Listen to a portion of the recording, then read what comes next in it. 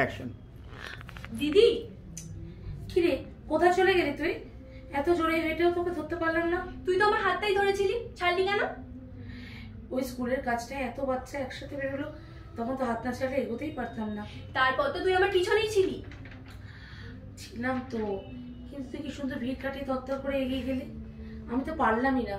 কোনো রকমে এগোতে গিয়ে দেখি তুই নেই। নেই বলে তুই দদর করে, সরি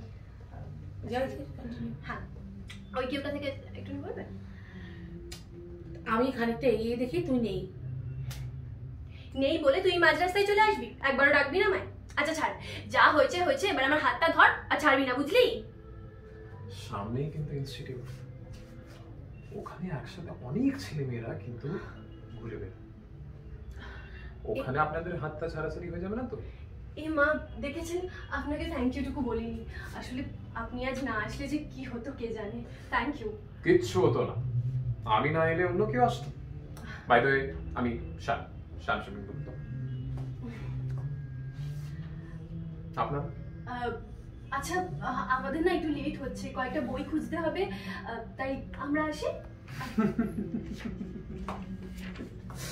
এই মা, আপনি হাসছেন কেন? আমাদের সত্যিই তারা আছে। আরে আপনাদের নাম জিজ্ঞেস করছি, নম্বর নয়, ভয় নেই। আমি রাধা, আর আপনি যাকে বাঁচালেন সে আমার দিদি মীরা। বাহ, মীরা আর রাধা একসাথে, তাহলে তো শ্যামকে আসতেই হতো সেভিয়ার হয়ে। বাহ, ভালো লাগলো আলাপ করে। আমাদের খুব ভালো লাগলো, আসি হ্যাঁ। আচ্ছা, যদি আপনাদের ভালো লেগেই থাকে তাহলে ট্রিট দিতে তো অসুবিধা নেই। কিসের ট্রিট? এই যে আপনি বললেন আমি না এলে কি না কি হয়ে যেত, তার এই ট্রিট আর কি। কি খাবেন বলুন? সামনের দোকানে কিন্তু খুব ভালো কুলফি পাওয়া যায়, চলুন না একটু ওখানে গিয়ে কুলফি কিনি। চলুন।